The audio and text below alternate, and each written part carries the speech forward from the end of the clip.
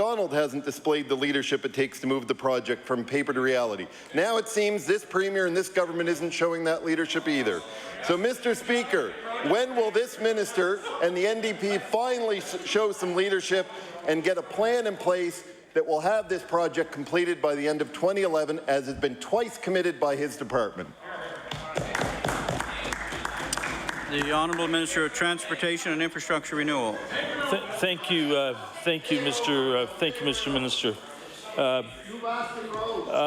You know, framing a question in this House is of some significance. Framing a question specifically when you're looking at the fact and you're referencing past premiers and calling them by name, which is inappropriate, or in addition to the fact that you're referring to Senator Buchanan, who in his day made some decisions in this House historically that perhaps we can differ with, but I can assure you that a department commitment is a commitment that's brought to the minister's decision table.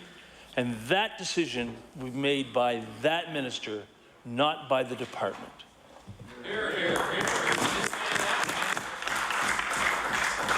The Honourable Member for Hants West. Thank you, Mr. Speaker. Mr. Speaker, my question through you is to the Premier. You've informed the Union of Nova Scotia Municipalities to prepare for structural changes in the funding they receive from the province. Will the Premier advise Nova Scotia today whether the proposed changes will ever impact the safety of drinking water in Nova Scotia? The Honourable Premier. Mr. Speaker, of course, the safety of drinking water in the province is of utmost concern to the province, and we intend to see to it that the standards that are set out are adhered to.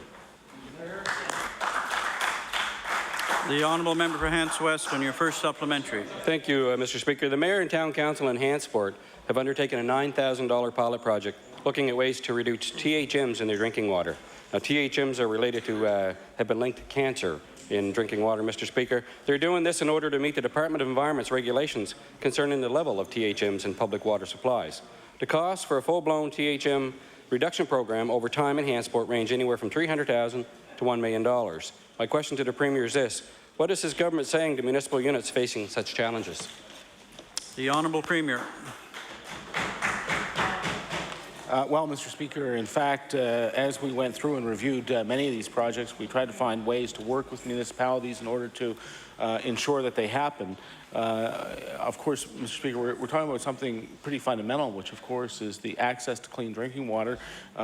We think that the municipalities, need to, of course, accept the responsibility to see that this is done, and we intend to help wherever we can. The Honourable Member for Hants West and your final supplementary. Thank you, Mr. Speaker. My final question to the Premier. Well, his government is expected to table a provincial water resource strategy before the end of this year. Will this issue of THMs be addressed in the strategy, and will the Minister assure residents of Hantsport, or will the Premier rather, assure residents of Hantsport and all Nova Scotia communities that health and safety of Nova Scotians when it comes to drinking water will not be sacrificed? The Honourable Premier. Well, Mr. Speaker, of course, the health of Nova Scotians will not be sacrificed. The purpose of the water strategy, and of course the purpose of the work of the minister, is to work with those municipalities to see to it that the systems that are required and the changes that need to be made are in fact changed to benefit the health of all of our citizens. Thank you. The Honourable Member for Dartmouth North. Thank you, Mr. Speaker. Again, my question will be for the Minister of Community Services. Mr. Speaker, back in February 24th, the Premier and the Minister made a wonderful announcement along with the Cooperative Council. A program was launched called Target 100, and I'm just wondering if today the Minister can tell us how many of those 100 jobs have been filled by people relying on ESIA program. The Honourable Minister of Community Services. Thank you very much, Mr. Speaker, and thank you for the question. The Target 100 program is a wonderful program that's been able to help people who are looking for meaningful employment that is above the, normally above the minimum wage. So it really entices and helps people move along and with their struggle, of course, of getting off of IA. The actual numbers is something that I can certainly present to the honourable member by discussing it with my staff members, and they will contact him. Thank you. The honourable member for Dartmouth North on your first supplementary. Thank you, Mr. Speaker, and I would agree. It's a wonderful program, one that hopefully in future we can expand on. My next question for the minister is, would your department, or has your department specifically earmarked positions throughout the Cooperative Council for persons with disabilities? The Honourable Minister of Community Services. Thank you very much, Mr. Speaker. Anybody that has a disability, it's very important to our department to make sure that they are aware of those positions.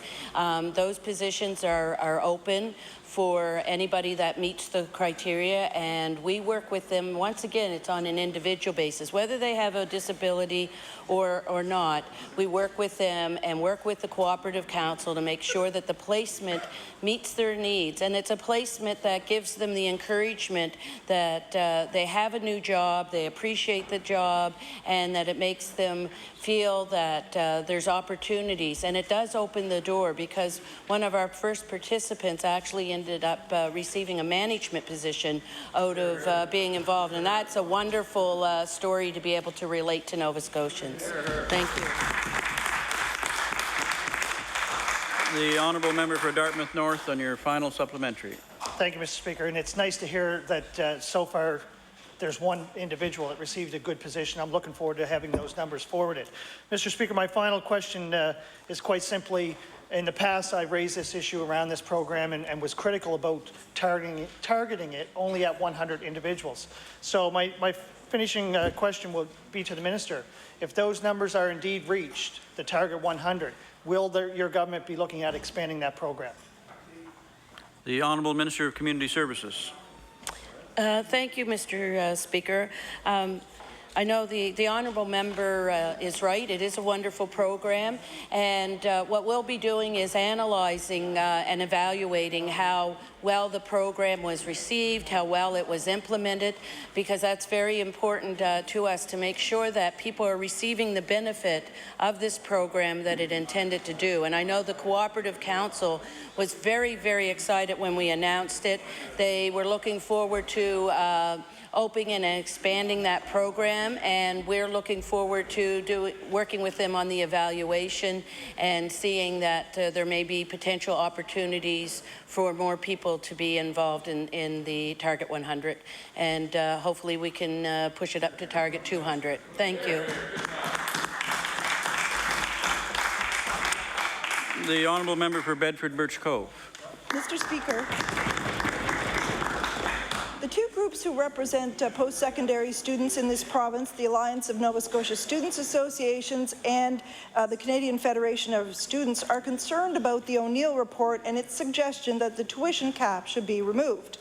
Students need to know the government's plans. My question is for the Minister of Education. Has a committee been established to develop a new MOU with the universities, and has this group met? The Honourable Minister of Education. Thank you, Mr. Speaker.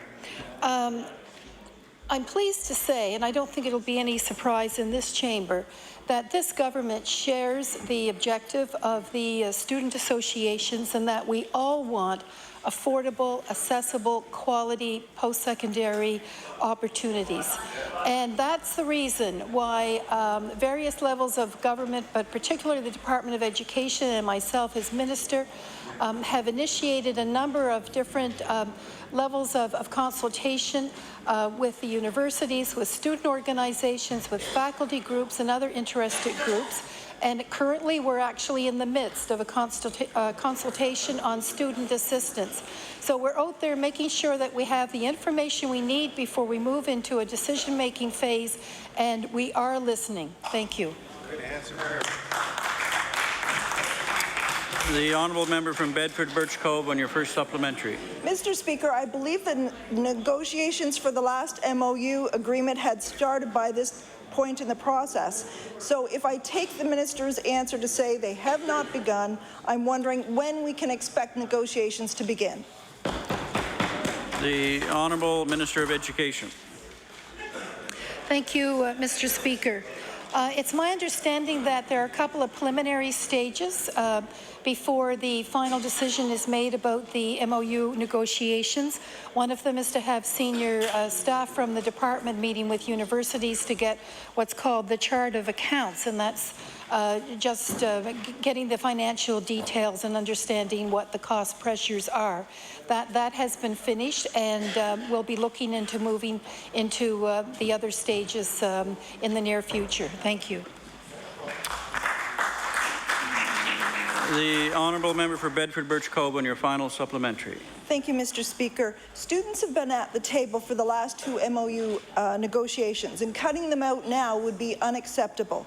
The minister should have no hesitation about student participation in this negotiation process. My question to the Minister of Education: will students have seats at the negotiating table? The Honourable Minister of Education. Thank you, Mr. Speaker. Just as the process and the timeline and the participants are being discussed and those final decisions made, you can be sure that that the students will be the first to know about their level of involvement. Certainly, governments in the past have appreciated the interest and the expertise and enthusiasm that they've brought to the table. So we'll, you know, that is under consideration. They have met with me and very you know, adequately, carefully outlined the reasons they feel they should be at the table, and we're certainly taking that very seriously, and we'll be in touch with them as soon as those decisions are made. So I thank the honourable member for her interest in this issue. Thank you.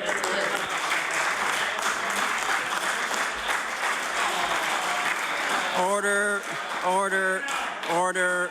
The time for oral question period has expired.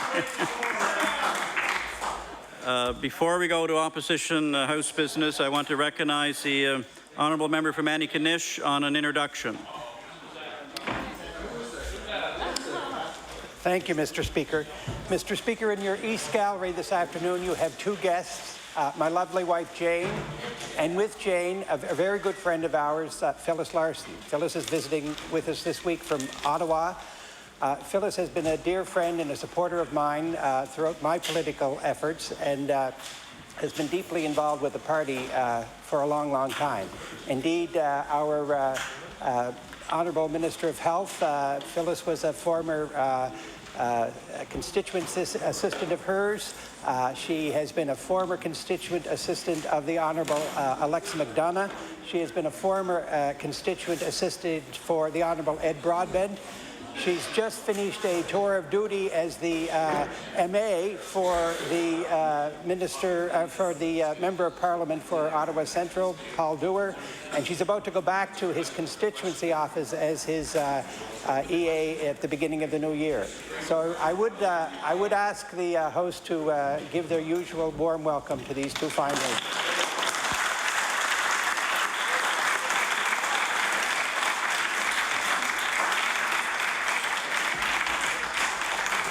Orders of the day. I'll recognize the Opposition House Leader for members' business. Thank you very much, Mr. Speaker. Mr. Speaker, would you please call Bill 92, the Agriculture and Marketing Act? Bill number 92, the Agriculture and Marketing Act. I recognize the Honourable Member for Kings West. Thank you, Mr. Speaker. And this is a bill that we are hoping that government would take a look at. Perhaps it may come back to the House in some other form. However, it's such an important issue and topic for Nova Scotians that we are bringing it forth now on our Opposition Day. It's also timely in light of the fact that we have seen further collapse of the manufacturing sector relating to agriculture, and the time has come to rebuild a food industry, a local food economy in Nova Scotia.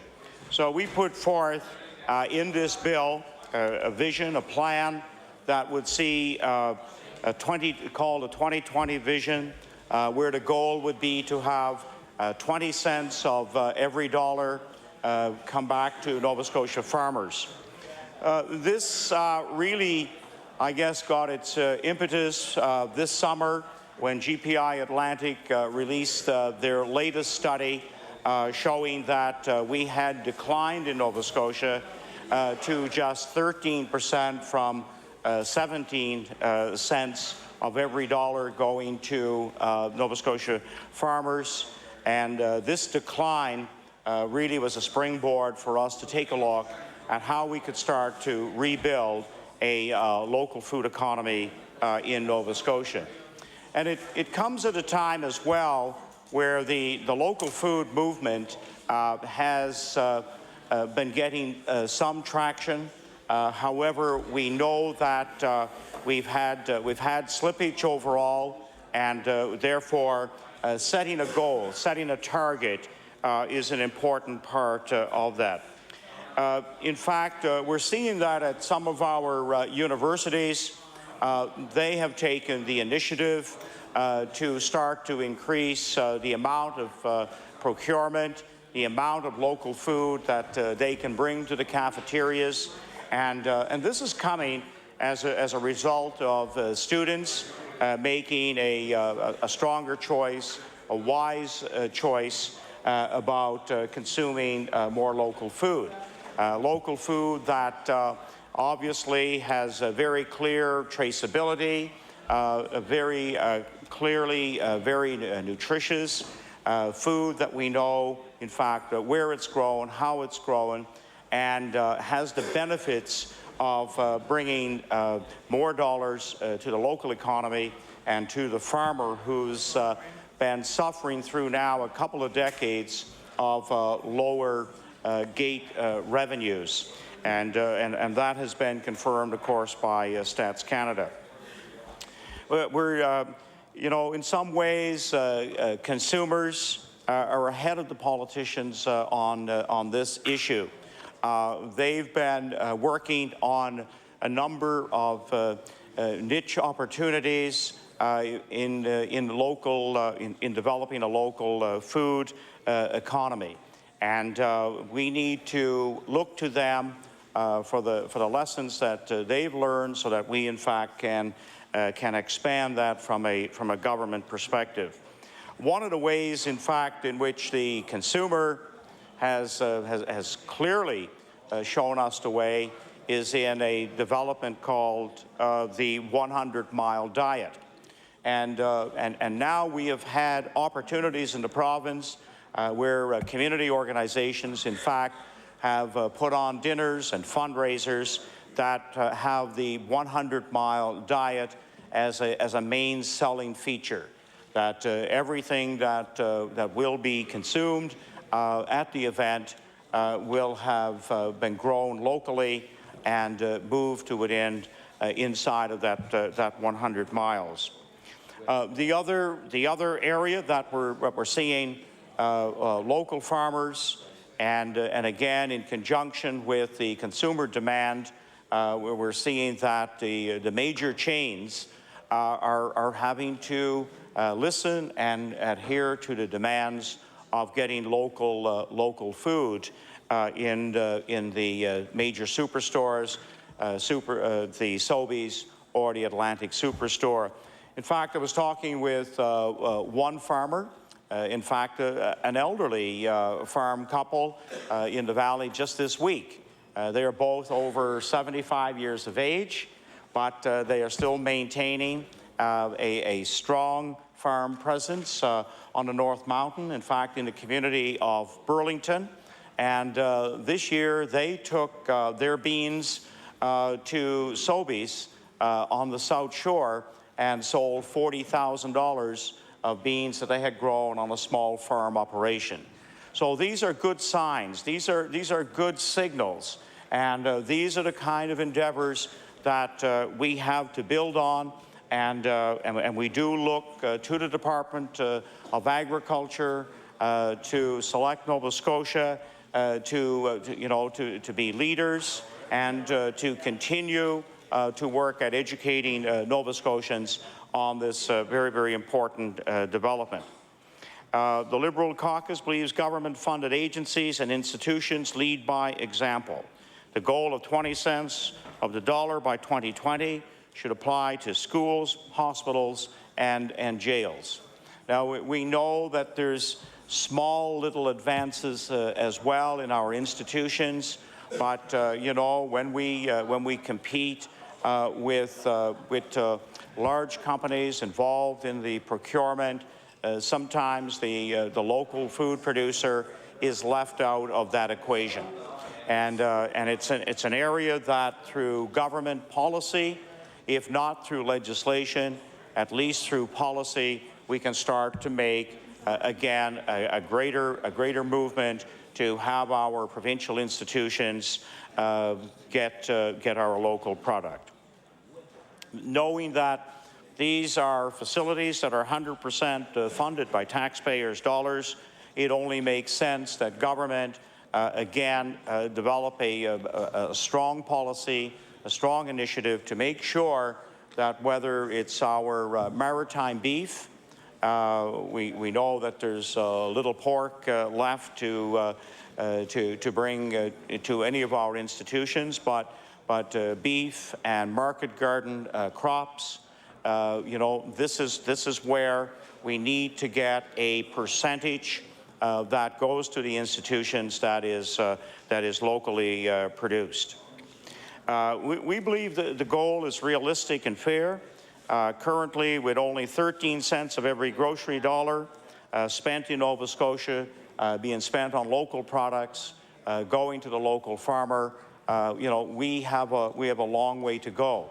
We know that there are some jurisdictions, especially some of the northeastern states, who have made great strides. They have very, very strong programs led by agriculture departments in those states, and are well along to achieving targets of 25%, 25 cents of every dollar going towards locally produced food. So the time has come to work to reverse a very, very disturbing trend that now shows only 13 cents of every dollar. Goal setting. Setting a goal is why we brought forth this particular bill. Because if we don't establish a goal, and then we won't be setting a target, we won't be measuring each year, and we'll get to 2020, and perhaps we will have made no gain on 13 cents of the dollar, and in fact potentially having further decline. So that's why we established this. We are just simply sending too many of our food dollars outside of Nova Scotia. One of the things that we did learn, and I know the minister is very, very much aware that during the period of the collapse of the hog industry, we got very, very detailed information on the dollar that went back to the farmer, how it was distributed throughout the local community. Employees on the farm, mechanics who repaired the equipment, veterinarians who came to the farm. It had a tremendous trickle-down effect, and in fact, we talked about a ratio of for every dollar, it multiplied 6 or 7 times. So it has a wonderful multiplier effect, and this is where we need to move. My colleague today, the critic for education, will expand on the healthy snack program in our schools. This has had great success in British Columbia, moving from 7 or 8 years ago from about 20 schools to 1,029 this year, and in fact they now have contracts with about 1,000 farmers to produce as much in season and also, you know, throughout the winter months. If we take a look, you know, can this be done? Well, I know that some of the farm markets continue into the fall and winter months to put our local products on the market. Jim Lamb, the Lamb family at Meadowbrook Farm, you go there in January, they have Sollers carrots, Sollers turnips, which is just really a neighbor farm, a huge farm, a commercial operation that put their own product throughout maritime Canada. So we can do this in our schools through a healthy snack program. So I'm going to have my colleague, you know, deal with this. We have, in many ways, succumbed to a low cost food policy, really, which has happened right across the country, where we know we can import cheap food, and this is what has been at the root cause of our farmers and farms in decline. I think, as all elected officials in Nova Scotia, no matter what party, we need to strengthen our ties to the farm community, to the local farmer, to understand not the importance but the necessity of not allowing our local food production to decline further. And all of us need to be part of the solution here. And I think advancing it through strong government policy with a vision of 20% of 20 cents of every dollar going to the local farmer by 2020 will, I think, set a wonderful initiative in place that, in fact, will strengthen the farm community in Nova Scotia. I thank you, Mr. Speaker. Thank you. We'll now recognize the Honourable Minister of Agriculture. Thank you very much, Mr. Speaker. I'm very pleased to stand and speak to this bill number 92, and I want to say to the member, not the worst idea I've ever heard.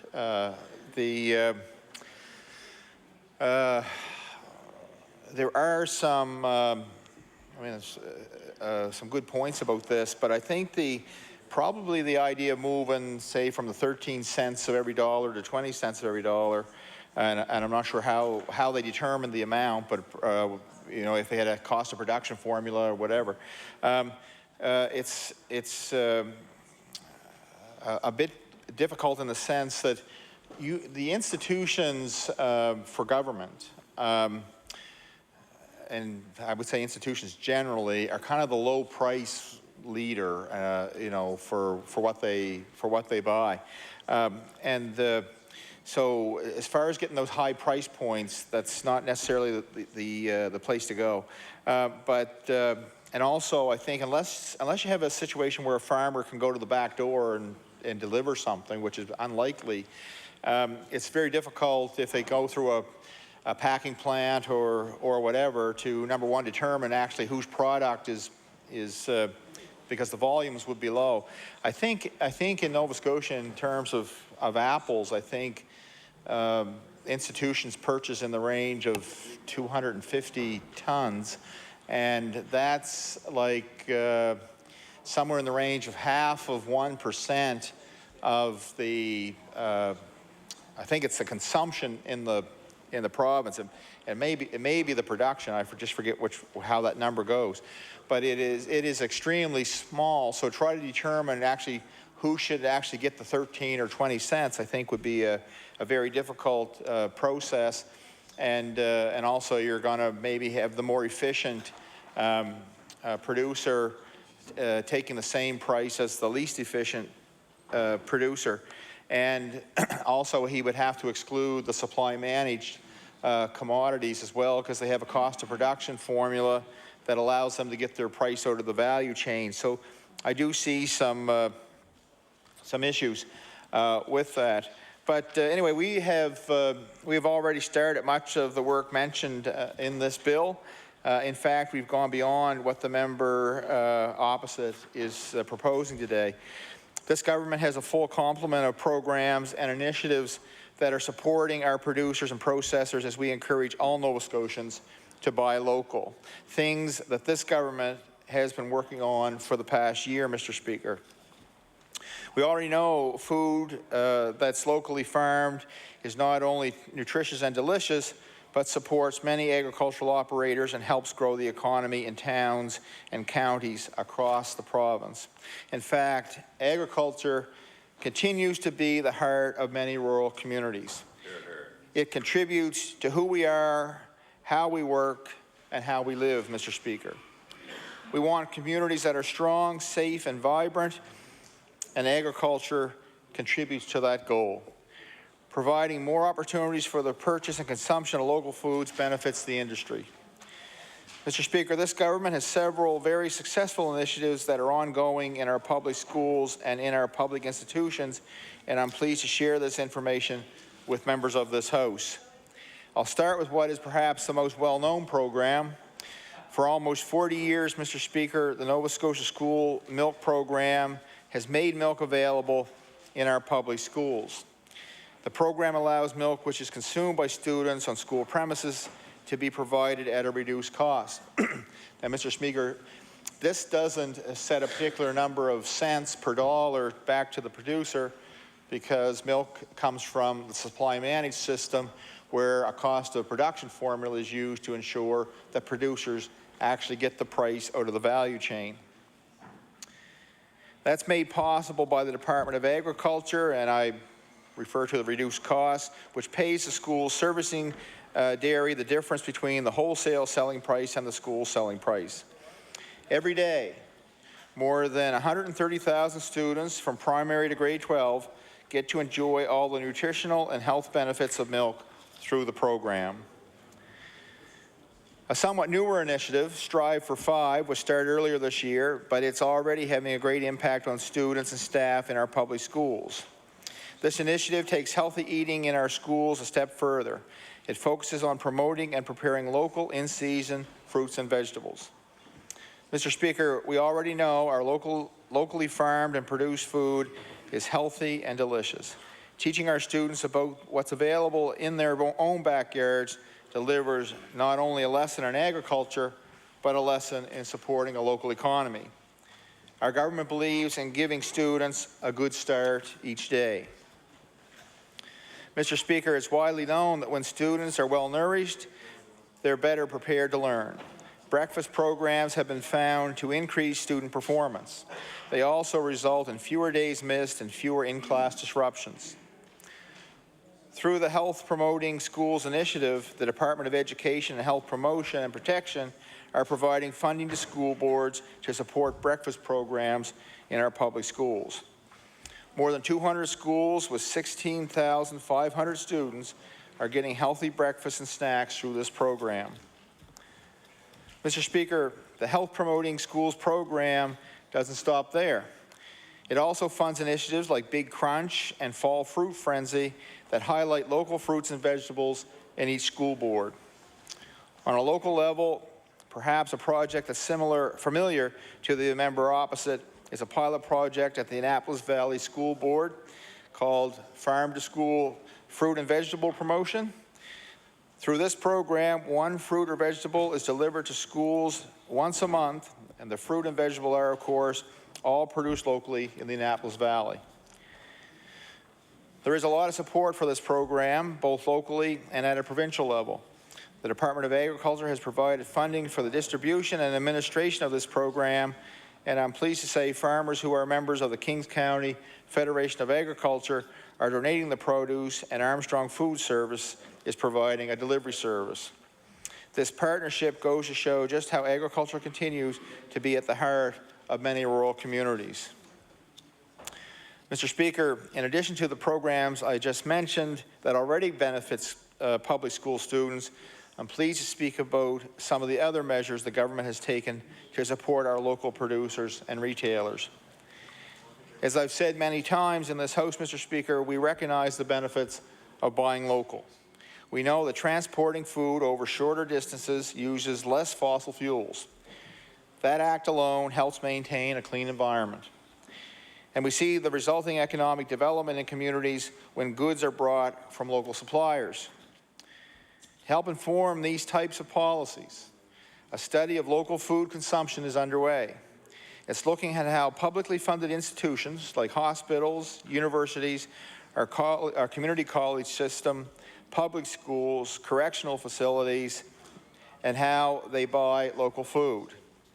And Mr. Speaker, I'm pleased to advise that a committee of senior government officials is being established to help shape future policy direction and oversee implementation of recommendations from this forthcoming report.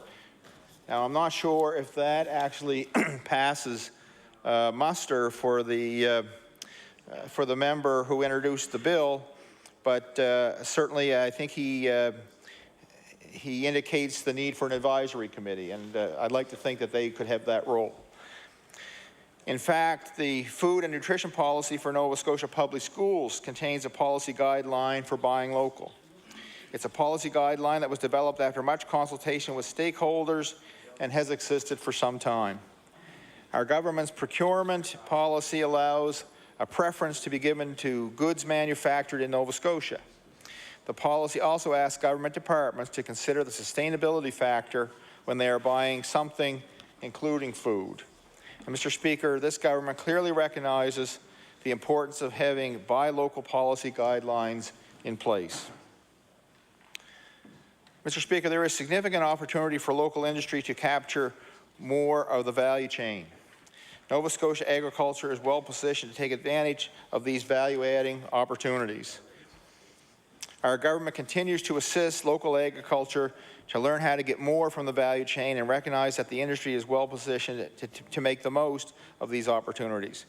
Many local producers and processors are already successfully adding value to their primary production.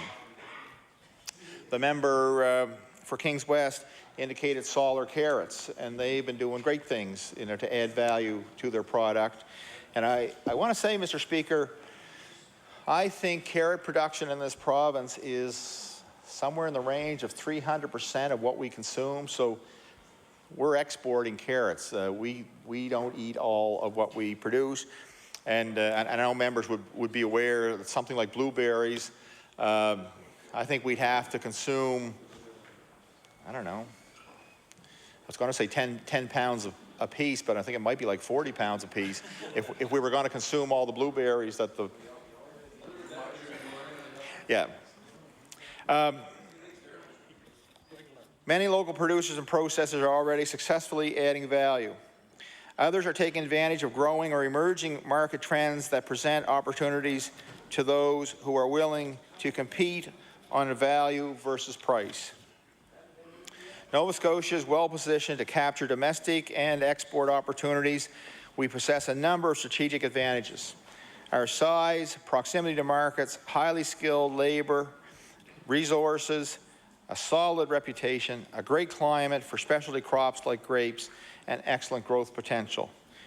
My department already has in place a suite of specialized services, resources, and initiatives that can assist businesses interested in pursuing value-adding opportunities through financial and human resource capacities, Mr. Speaker. The Product and Quality Development Division assists entrepreneurs in the agriculture and agri-food sectors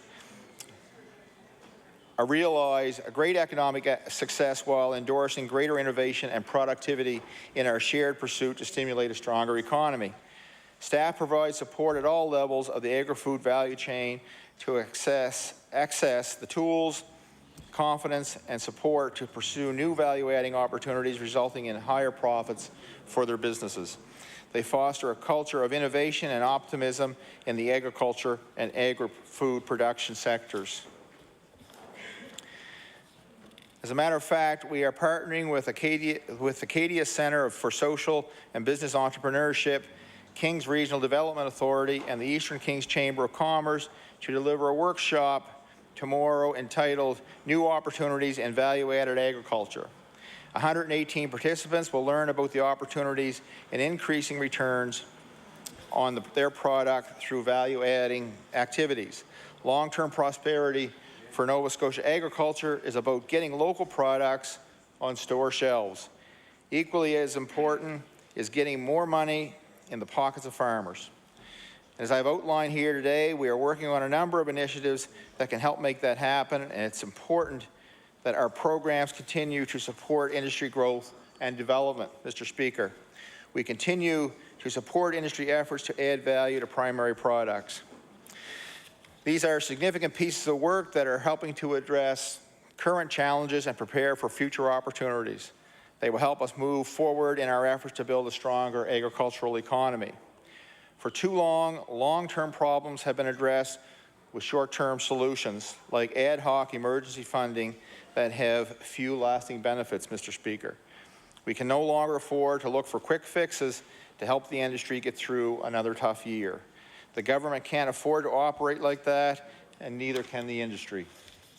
We strongly believe that farmers also want long-term solutions and well-thought-out programs that will help them grow their businesses, their profits, and the industry.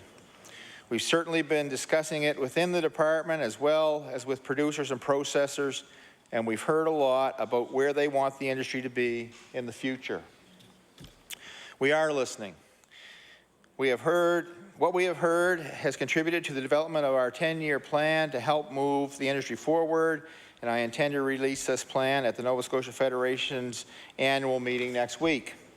Our 10-year plan will guide the department's business, ensuring that the programs and initiatives we develop and support are based on solid research, best practices, and innovation. They will be designed to make the industry stronger in the long term. We know there are some very real challenges to address. The industry continues to demonstrate that it is capable of adapting to change in a modern competitive economy. It requires risk, resourcefulness, and a willingness to learn, but it's possible, and in the business environment of today and tomorrow, it's necessary, Mr. Speaker. I have great optimism that together we can build a strong and vibrant agricultural economy in the province. Thank you, Mr. Speaker. Thank you. Now recognize the honourable member for Hants West.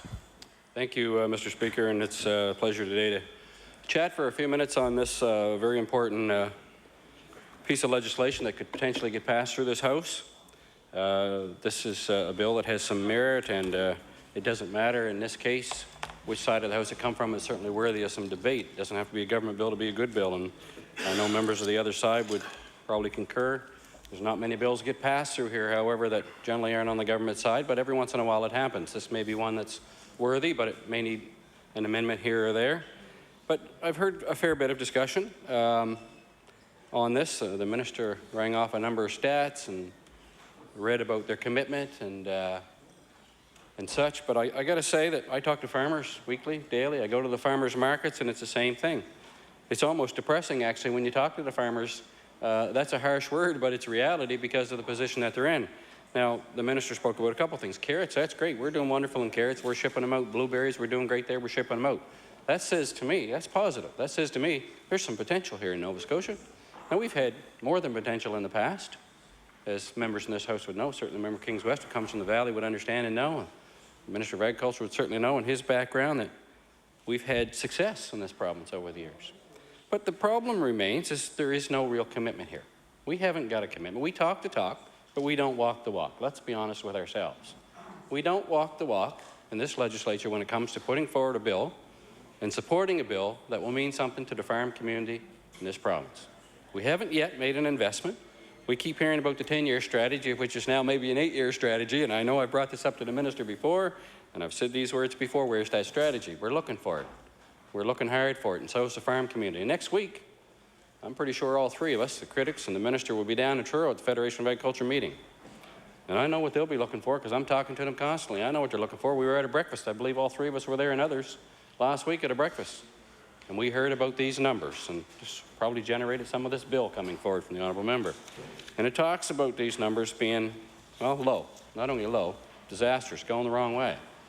And there's a talk about 2020. Here we keep hearing 2020. That's too far away.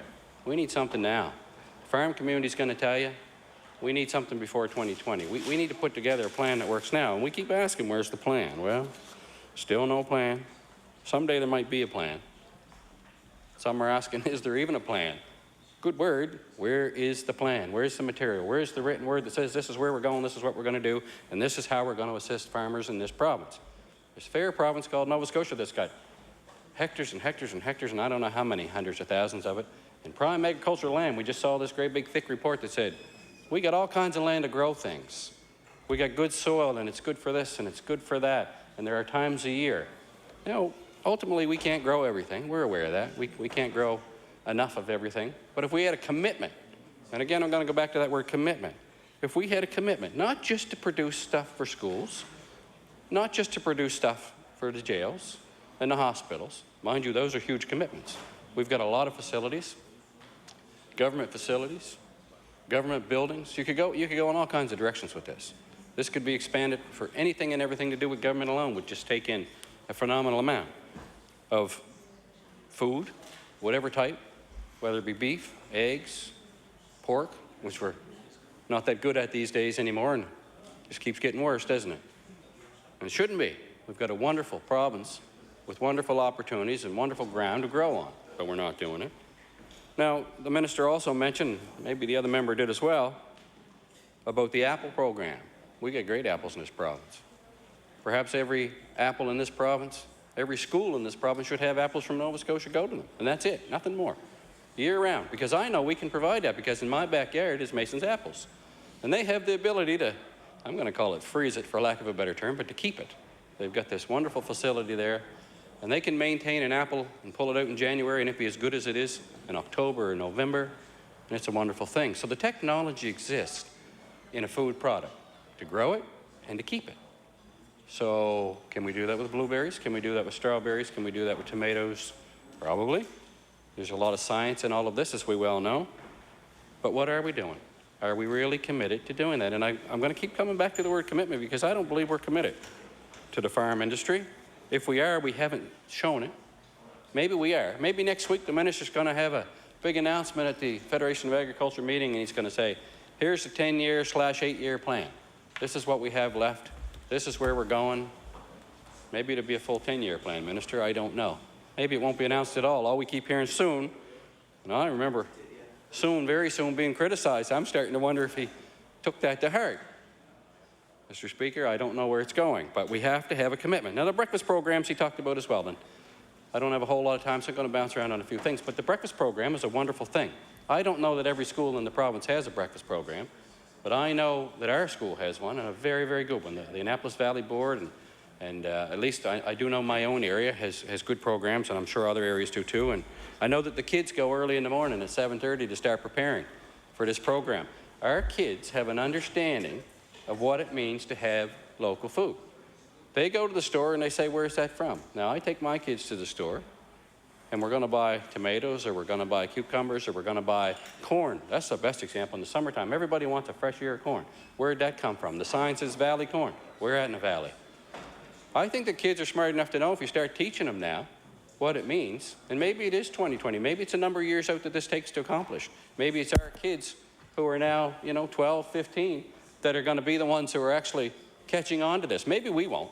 We live faster lifestyles from what they keep telling me. Everybody working, two-car families, they're going to Sobeys, they're buying tonight's dinner, they're taking it home. Forget about buying local. You see them every night at Sobeys and Superstore.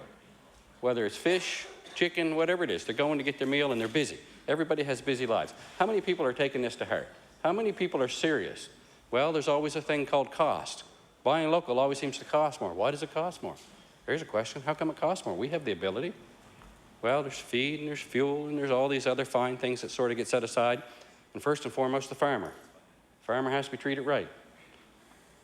Well, you got to have a reasonable cost to stay alive. We talked to farmers last week from the valley, and I can tell you they've survived, and there's a young man who's now taking over and working with his father, but mostly running the place.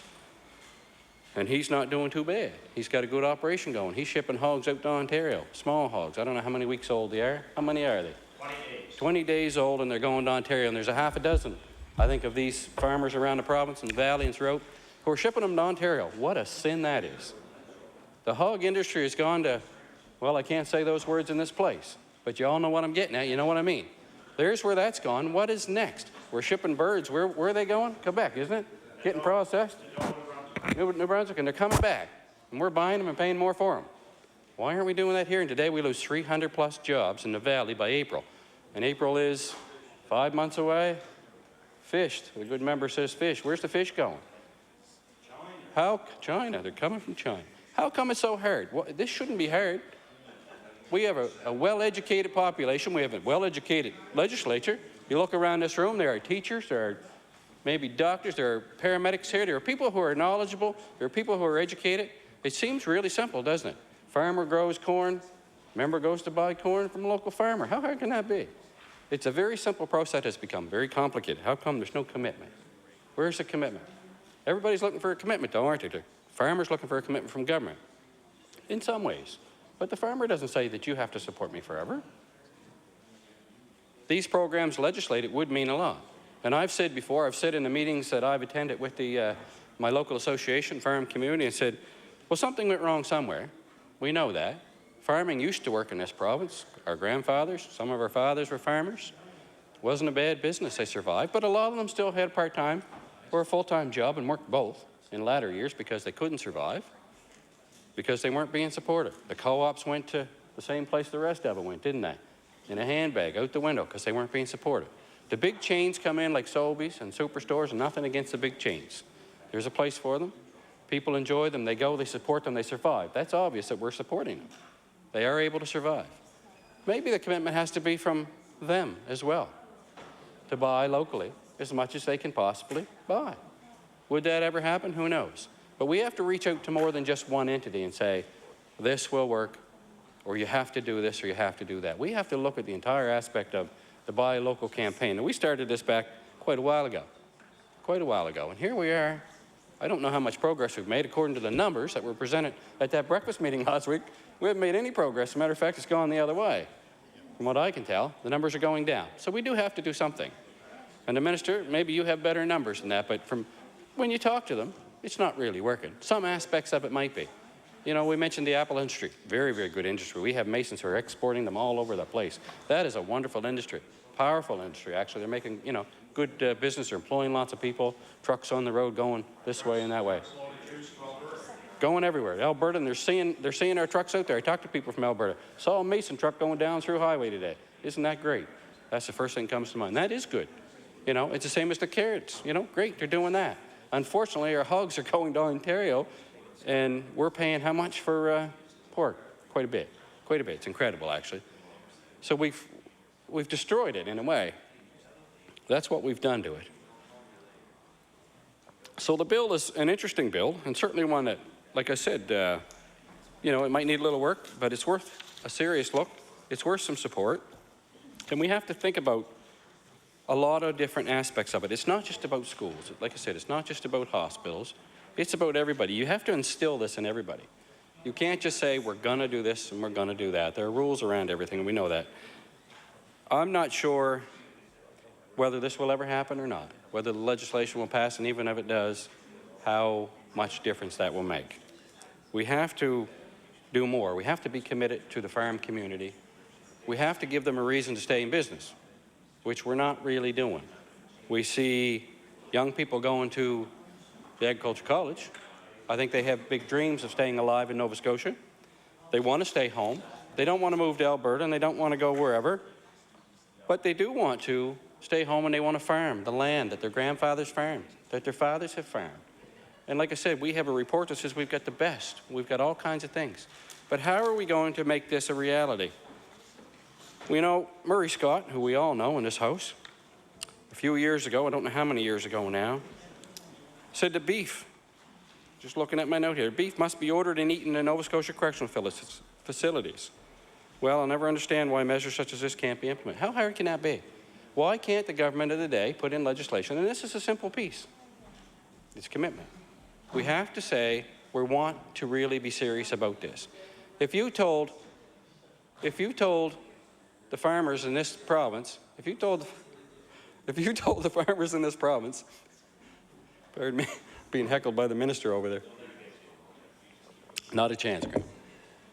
If you told the farmers in this province, we have a commitment to do exactly what's being proposed, they would grow it. They really would. The fishermen would fish it, the farmers would grow it. They could supply it. And it's always about the supply and demand. Well, they can't supply enough. Sobe says they can't supply enough is what the Supersource did. Well, you can't supply it. We can't buy it from you. You got to have bigger demands. Well, then tell us what you need. Instead of telling us what we need, we're buying it and bringing it in from Alberta or the United States or China, as the example from the good member from Digby says. We're bringing it in from everywhere but home. We could bring it. We could clean every farm, every piece of farmland going. We could clean right up with our fruits and vegetables, etc. You go to Sobeys, you can't even buy Mason's apples. You've got to buy them out of a bag that's unmarked. The only reason you know they're Mason's is because there's a little 3 or 4 digit number, whatever it is, on it. And if you didn't know that, you wouldn't know you were buying a local apple. Well, how do I know that? Because I was there with Stephen Wells, and he says, well, yeah, what you don't know is here's our number, and here's my picture now on a sign. And Sobeys, he has a commitment which he works with, which is great. That's a good idea of the local support that we need. But why can't you do that with every other item that's available out there in Nova Scotia that can be grown? Corn, you see a sign that says Valley Corn, but you don't know where it's coming from. It doesn't say grown at Noggins Corner. It doesn't say grown in Falmouth. It doesn't say where it comes from. It says Valley Corn. Or it says corn from the USA. What is that? How can we possibly be bringing in corn from the United States, or anywhere for that matter, when we've got the very best and prime season right here? And maybe some of the investments and the commitment should be back to the Masons example. They freeze it or whatever they do, keep it in the condition that it should be kept in all winter long. Surely. Blueberries, corn, name the fruit, name the vegetable. It can be done. It's a matter of commitment. The government needs to commit. The people, not just the government. The people of Nova Scotia need to commit to such a campaign. They need to buy into the legislation. We can pass any bill in this House we want, but people have to buy into it. They have to be willing to support it. They have to want it. That's important for the survival of the Nova Scotia farm community today in this province. Mr. Speaker, I see my time has expired. Thank you very much for the opportunity to speak to this bill. Thank you. We'll now recognize the honourable member for Bedford Birch Cove.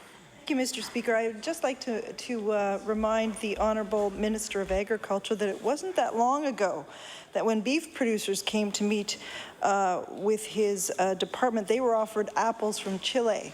So I think we really want to focus on locally produced apples and locally produced food. Food is implicitly connected to nutrition and health. Healthy eating, particularly in the short term, is also believed to impact individual behavior, like concentration, activity levels. And these behaviors have the potential to affect school performance for children. They can affect interaction with peers and can compromise self-esteem if kids aren't getting enough good food. So promoting Nova Scotia's fruits and vegetables as a source of healthy eating to Nova Scotia students will play a role in encouraging healthy eating. It will also ensure we have a better chance to increase student outcomes. Studies show that even moderate undernutrition can have lasting effects on children's cognitive development and school performance. And anybody who's ever seen a class the day after Halloween when they're all hopped up on sugar will know what I'm talking about. Chronically undernourished children attain lower scores on standardized achievement tests, especially tests of linguistic ability. And when children are hungry or undernourished, they have difficulty resisting infection and therefore are more likely than other children to become sick, to miss school. And we've been talking, the minister responded recently to the report on absenteeism. And so what we want to do is make sure our children are well nourished, so at least that one area will reduce the number of days that children miss because they're undernourished. We know that when kids miss school, they fall behind in class, and let's face it, we can all become fairly irritable and have difficulty concentrating if we're not well fed. In fact, it reminds me that when I first started dating my husband, I was warned by his former law partner that that he was kind of like an army. He marched on his stomach, and if I wanted entertainment, I could just not feed him and then watch as he.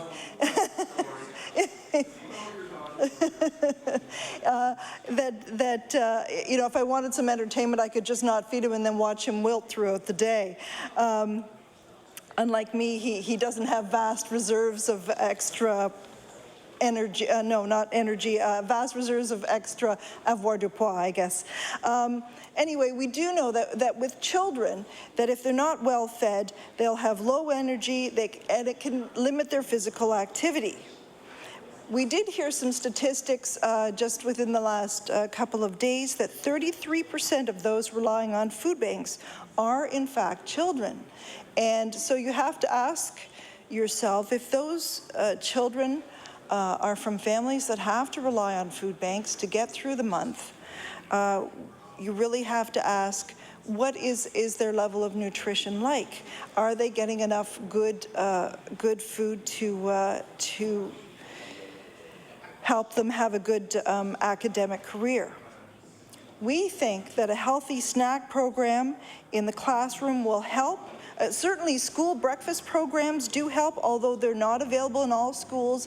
And I think that no matter what riding you come from, there is poverty in every riding in this province, and there are children who are not adequately fed in every riding of this province. So we think a healthy snack program in the classroom would help. And our idea is based on the British Columbia School Fruit and Vegetable Program, which is, and we think a similar program here in Nova Scotia would provide an opportunity for school-aged children to learn more about healthy food choices, while at the same time it would provide an opportunity for students to experience fresh fruits and vegetables supplied by Nova Scotia farmers in their classrooms. According to StatsCan, less than 1/3 of Nova Scotians, at 29%, over the age of 12, eats the recommended 5 to 10 servings of fruits and vegetables every day. This compares to the national rate of 35%. And as the mother of a 14-year-old boy, I can tell you, I'm sure he would much rather come home from school and eat pizza or cookies or things like that. But I do know that if you, it's like, if you build it, they will come. If I leave out Honeycrisp apples or some other local fruit, he'll eat them, and he'll eat them without thinking about going for the cookie jar. Research has shown the most effective programs for increasing fruit and vegetable consumption have 4 main qualities. They give clear messages about the need to increase fruit and vegetable intake. They provide longer, more intensive interventions than just 1 or 2 contacts. They actively involve influential people like family members, and they incorporate behavioral theories and goals. All of these can be achieved through a healthy fruit and vegetable snack program delivered in the classroom setting. So you might be wondering, how does the British Columbia Fruit and Snack Program work? This program was established in partnership with 3 departments, the equivalent of our departments of Health Promotion and Protection, Agriculture, and Education. The program in British Columbia ensures that students and staff receive a fruit or vegetable snack twice a week, every other week for 14 selected weeks in the school year. So now currently in British Columbia there are just over 1,000 schools, 1,122 from grades primary to grade 12 currently enrolled in and participating in the program. School participation is voluntary and it's free of charge.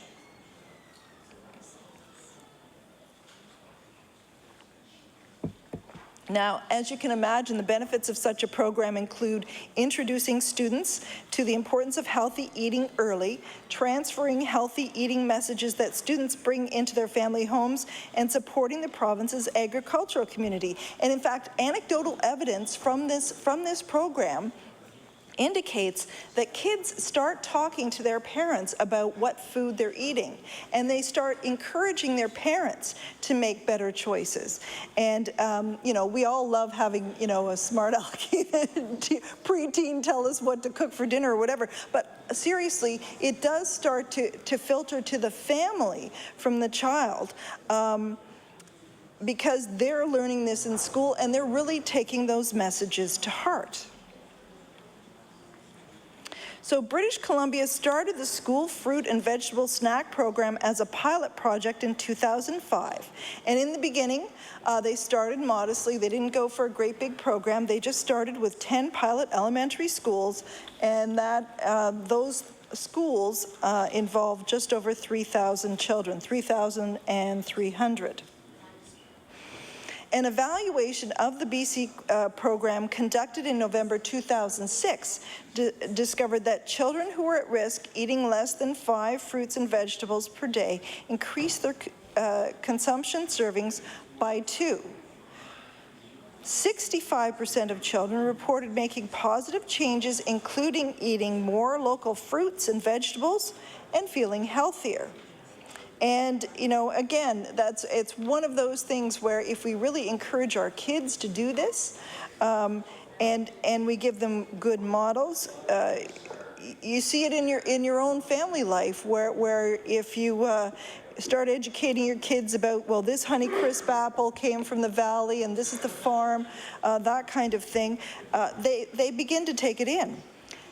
The most significant statistic to come out of that program, I think, is that 100% of teachers and administrators provided positive feedback on the program and the impact it has had in the classroom. And again, I go back to, you know, my comment about all you need to do is go into a classroom on the day after Halloween and see the kids hopped up on sugar to know that giving them an alternative for lunch or for a snack is bound to have some positive effects. Interestingly, Manitoba has since implemented a similar school-based program. This type of program is also in line with a recommendation contained in the Healthy Eating Nova Scotia report, which recommends that government take a lead role in the development of public policy to increase the intake of fresh fruits and vegetables in public institutions like schools. So, Mr. Speaker, I have to say that if BC can implement such a program, so too can Nova Scotia. We certainly have the producers in this province, and I defy anyone to, in fact, you know what? My parents were recently here. They came to the house, and my mother was saying that they had tried a Honeycrisp something cross in Ontario, and they said, you know, they were not bad. And I said, well, you haven't had a Honeycrisp apple from Nova Scotia. And so we went off to the Wolfville area, and we got a big bag of apples, and we brought them home. And I said, okay, you have to try this apple. And my parents, and bearing in mind my mother grew up on a farm, my dad in a farming community, they tried their first Honeycrisp apples, and they love them. They're amazing. And they said, we can't get anything like this back in Ontario, which was music to my ears.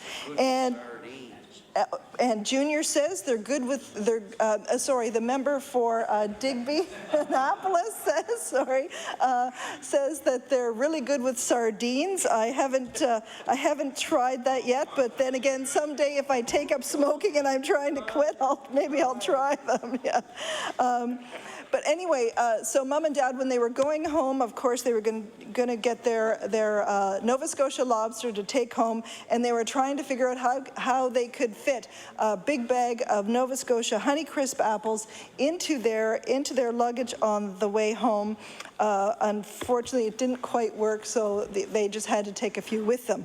But we don't need to reinvent the wheel on this program. BC has done a good job. They don't have Honeycrisp apples, but They have done a good job with their program. Manitoba has now followed suit, and we think on this side of the House that this is a program worth doing. We certainly need to increase the amount of Nova Scotia produce and farm product that we are using in government institutions, and we think that making children conscious of what they are eating would be an appropriate thing to do.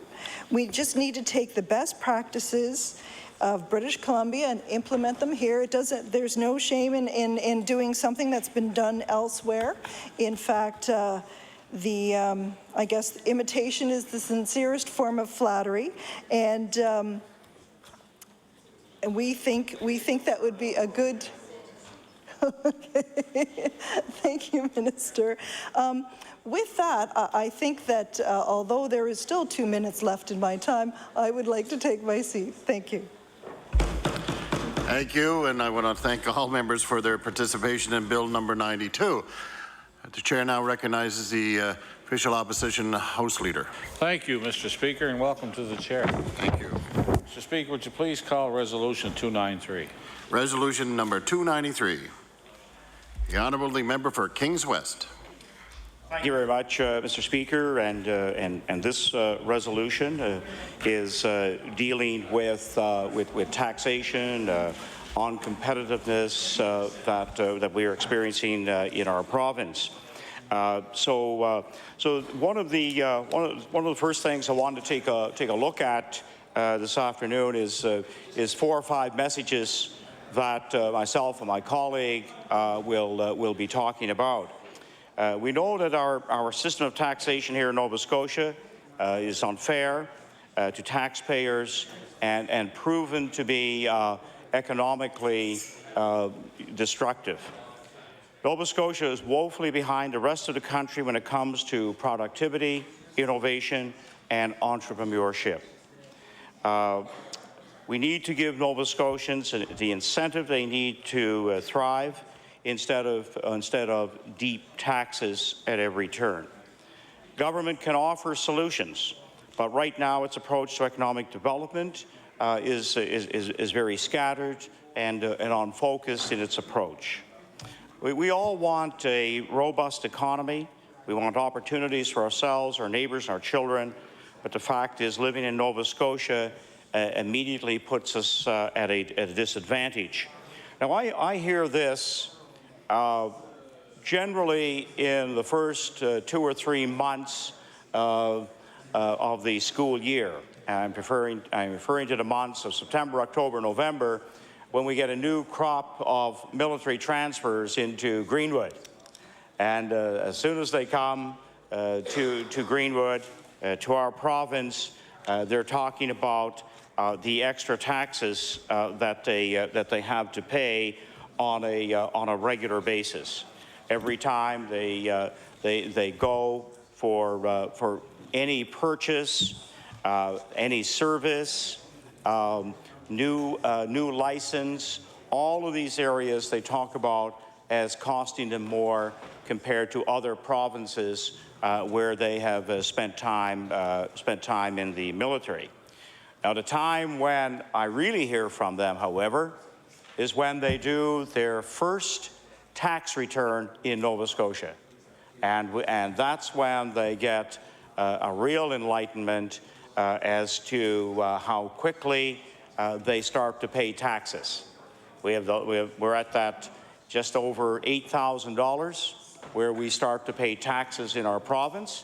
Compared to other provinces, we can range from 8 up to 16,000, which is the case in Alberta. So this is an area that stands out if you've lived in other parts of the country.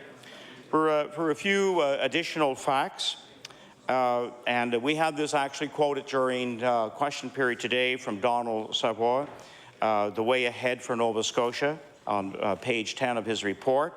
I have long believed that a competitive tax regime is a powerful economic development instrument. Nova Scotia's tax structure is not competitive, at least compared to other provinces. And you know, he is somebody, in fact, that that this government has looked to for advice, and we know that we know that this is an area that he has expertise in, and as he looks at the entire tax structure of Nova Scotia is where he finds a number of weaknesses. We have the highest general corporate rate in the country. Nova Scotia small business tax is too high. We start to collect it before our neighbours. We know that on January 1st, we're going to see a small change in the province. We're going to reduce it by 1% eventually when it's fully implemented. We have the highest fourth and fifth personal tax brackets in the country and has the highest personal income taxes in general in Atlantic Canada. And when we take a look now at the HST tax hike, Nova Scotia now has the highest HST in the country. PEI has 10% provincial plus 5% federal, but it's a tax on tax value added tax, so it's not technically the HST. One of the areas that we hear a great deal about is of course the fuel tax in Nova Scotia. This has been a subject ever since I came to the legislature in 2003. We have the third highest provincial gas tax rate in Canada, plus 15% HST applies on top of this tax.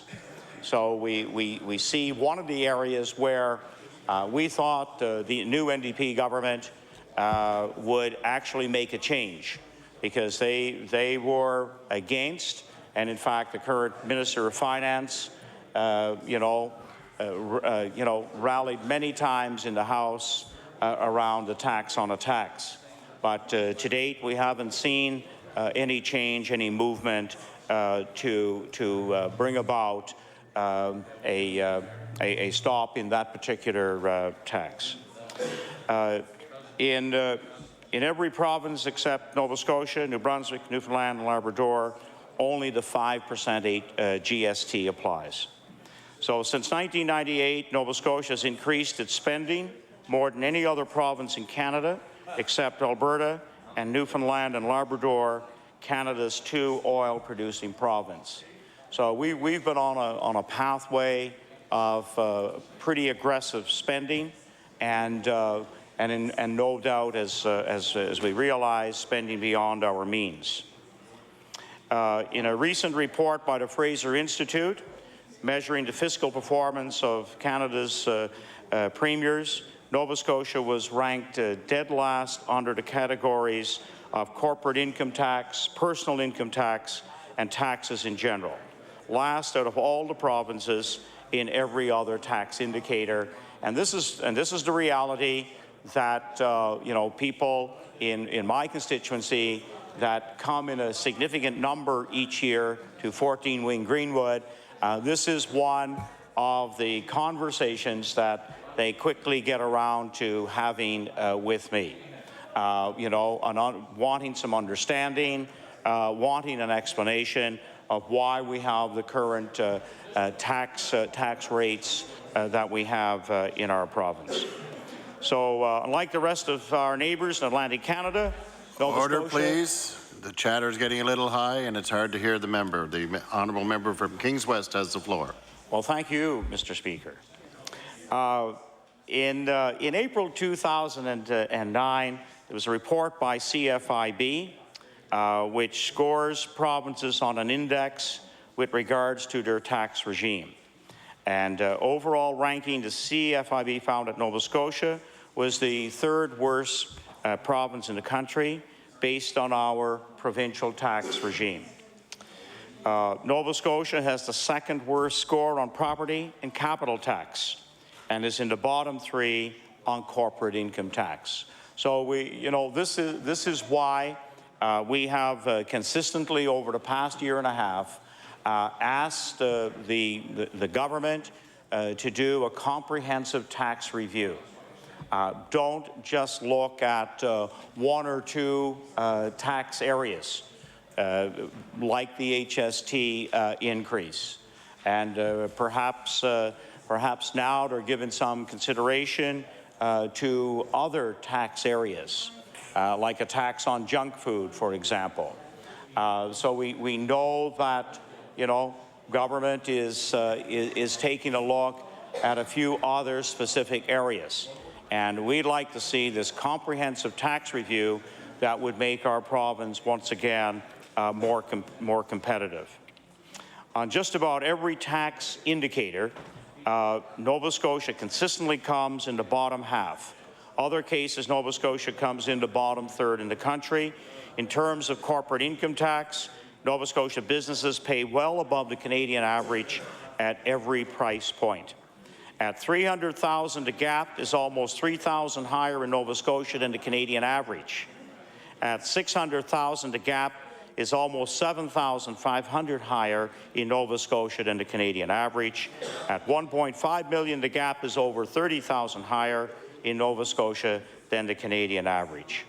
Other provinces and Ottawa have plans to lower corporate income tax by 2014. BC, Manitoba, Ontario, and New Brunswick. And at this stage, Nova Scotia does not have such a plan.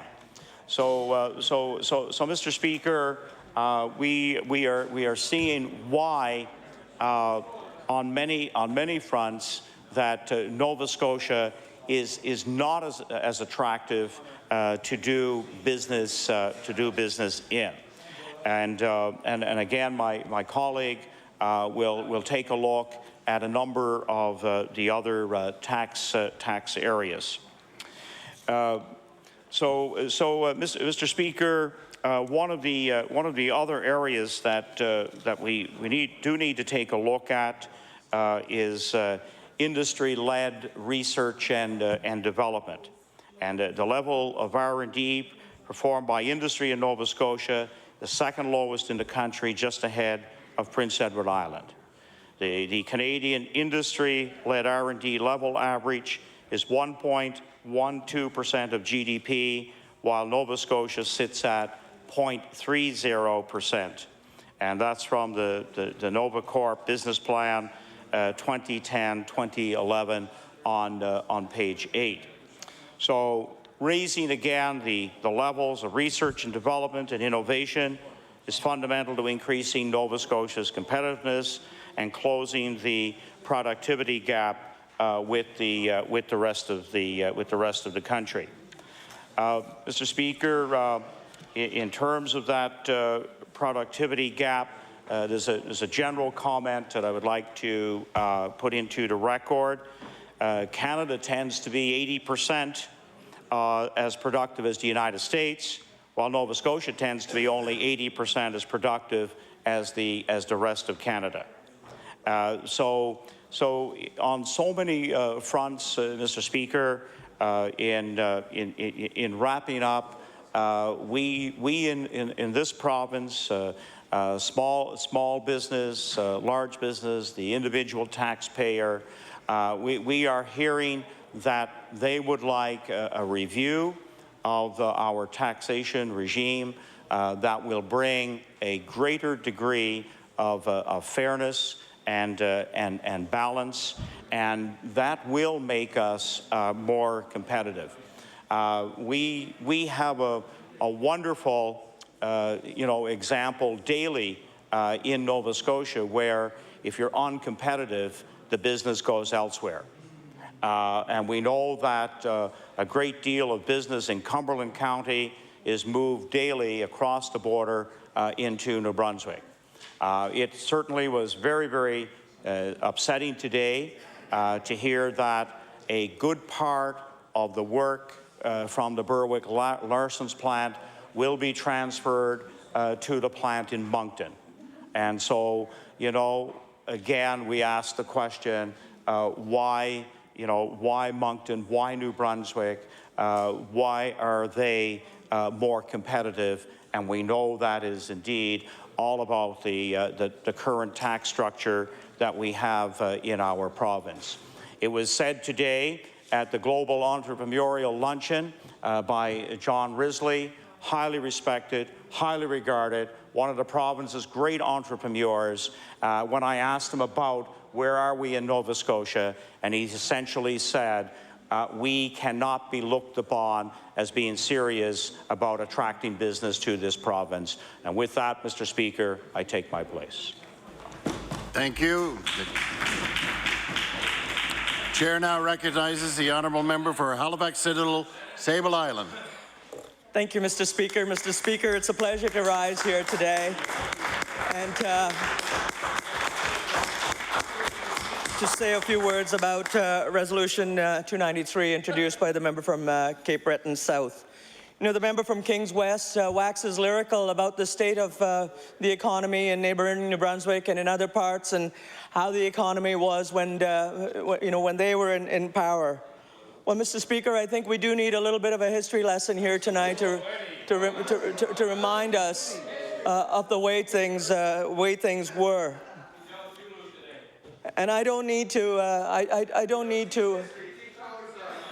I don't need to make things up. Order. It's the honourable member for Halifax Citadel, Sable Island, has the floor. Thank you, Mr. Speaker. I listened respectfully when the member from Kings West was speaking, Mr. Speaker, as much as he spun his fairy tales. Mr. Speaker, let me just read an excerpt here from the Daily News of November 26th, 1993, and talking about the finance minister's budget. The minister tabled a budget that included a dizzying $78 million tax grab of unpopular taxes and controversial measures. Terry Donoghue, my predecessor in Halifax Citadel, said his budget was loaded with disincentives and was a complete reversal, philosophically and practically, of the positions the Liberals had espoused in the election. Government popularity had plummeted. A week after the budget was introduced, a crowd of civil service union members and university students and nurses rallied at Province House and called Savage a liar to his face. And I'm quoting here, Mr. Speaker. There was a 3% tax on electricity, Mr. Speaker. There was a recreation tax applied to ski hills and skating rinks, Mr. Speaker. And within months of that budget being tabled, New York's bond rating agencies released a mixed review of the budget. Moody's Investor Services dropped the rating from A2 to A3. No. And Standard & Poor rated it at an A-, Mr. Speaker. I would ask the honourable member to table that information. Speaker. Yeah, the one on top. So we're not going to take any great lessons, Mr. Speaker, from the Liberals on tax incentives and tax credits. When we were first elected, Mr. Speaker, we kept $400 million, if you need to know, Mr. Speaker. $400 million was the operational debt that year. And thank you for asking. And order, please. Order. It's the honourable member from Halifax Citadel, Sable Island, who has the floor. When we were in the 2006 election, Mr. Speaker, we listened to what Nova Scotians told us. We told them that we would give them a true assessment of the operational debt and the deficit. We commissioned a report. The Deloitte report told us exactly what the state of the finances were. They told us that the province was facing a projected annual deficit of $1.3 billion, Mr. Speaker, by 2012 and 2013. Nova Scotians told us that they wanted to get back to balance. That's right. The Minister of Finance went right across the province and listened. They said, we got to clean... Order, please. Order. The member for Halifax Citadel has the floor. Thank you, Mr. Speaker. Nova Scotians told us that they wanted us to clean up the mess that was left by Liberal and Conservative governments. They told us they wanted us to live within our means, Mr. Speaker. And so we immediately conducted an expenditure management review, Mr. Speaker, and we got savings of $54 million this year. And $250 million next year in year 2, Mr. Speaker, and $500 million in year 3. We introduced regulations, Mr. Speaker, to control MLA expenses. There was a huge job that we inherited when we came into government, and we took steps to clean it up. And we're creating an open and accountable and transparent system, something that Nova Scotians told us that they wanted. And we're reducing the civil service by 10% in 2013. We introduced a change and innovation fund to encourage departments to reduce inefficiencies and find innovative ways to save money. In fact, Mr. Speaker, we seemed like in the last sitting to almost eliminate March Madness, something that went through millions of dollars.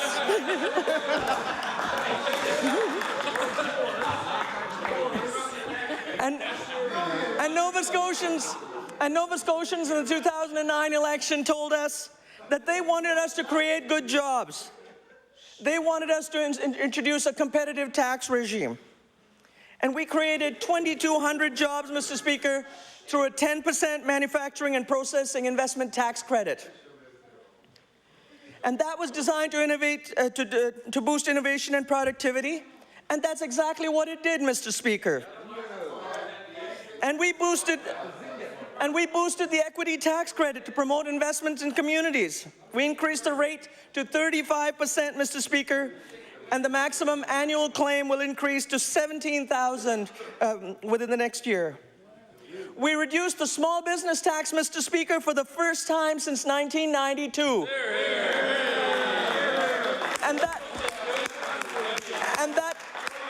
And that put $6 million back into the pockets of small business people, Mr. Speaker. And we reduced the large corporate tax by 0.15, and that large corporate tax will be eliminated by the year 2012, Mr. Speaker.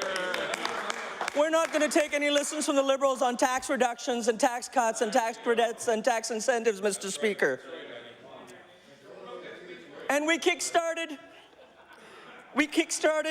a new home construction program with a one-year program rebate on 50% on the HST.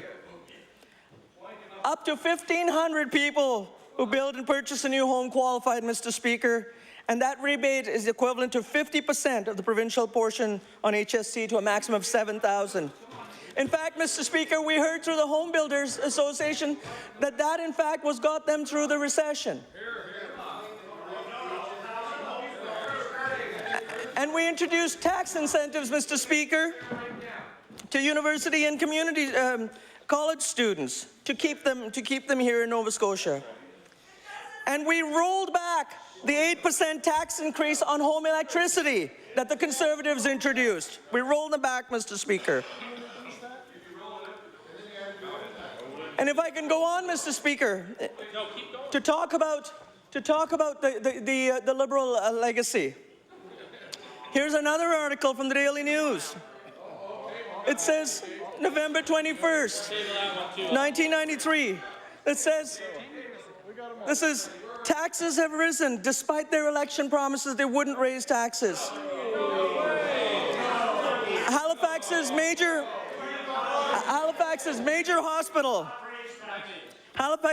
hospital, the Victoria General, this week laid off 150 workers on the week of reduced provincial funding.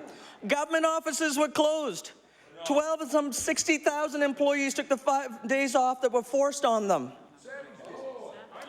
And that week, it was revealed that close to $14,000 in untendered work had been done on the Blue Nose that week. Mr. Speaker, that week, there were more doctors and healthcare workers on Hollis Street than there were in the healthcare system right across the province. And that was the Liberal legacy. And Agar Adamson, writing that week, said, I'd give them a C- or a D+ for their first 6 months. And I know the member from Yarmouth would never have been satisfied with that grade. And he pointed specifically to the broken tax promises of the Liberal Party. And he said they increase the cynicism and distrust of politicians. And I'll table that, Mr. Speaker. In contrast, Mr. Speaker, I must commend the Minister of Health for the initiatives that she's taken. Nova Scotians told us that they wanted better health care. They wanted to reduce wait times. They wanted accessible health care. And we have, in recent weeks, we've worked to ensure fair drug prices for Nova Scotians who help with their drug care costs through the Pharma Care program. We've introduced coverage for out-of-province patients, rapid assessment units. We've introduced more hospital beds. We've got a provincial advisor on emergency room health care. We have already started acting on that, Mr. Speaker. And I want to say something more about an issue that I was involved in, Mr. Speaker. In 1993, I got a call from the then Premier Savage saying he would like to do something about patronage. And can he get some help on that? Well, I want to tell you, Mr. Speaker, one Liberal government at that convention said, if the Liberal government had to get one promise, if they had to keep one promise, if they had to get one thing right, why did it have to be the anti-patronage policy? That patronage issue was on the agenda at that convention, Mr. Speaker, and the speaker at that convention was Public Works Minister David Dingwall. The Liberals at that convention said they were entitled to their entitlements. What did we do in contrast, Mr. Speaker? We were introducing a paving plan. We ended corporate and union donations. And we set about making life more affordable for Nova Scotians. I want to say, Mr. Speaker, that in the 2009 elections, Nova Scotians told us they wanted us to live within our means. They wanted good jobs. They wanted clean, sustainable jobs. They wanted accessible and timely health care. They wanted to make life more affordable for Nova Scotian families. Order, please. The honourable member for Halifax-Siddle. Thank you, Mr. Speaker. How much time do I have left now? 14 seconds. To make life affordable for Nova Scotian families. We listened, Mr. Speaker. We learned and we acted. These were promises that were made, Mr. Speaker, and these were promises that we kept. Thank you.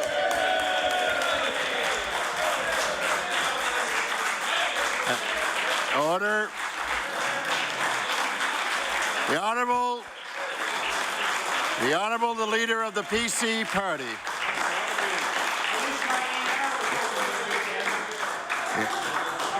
Order, please.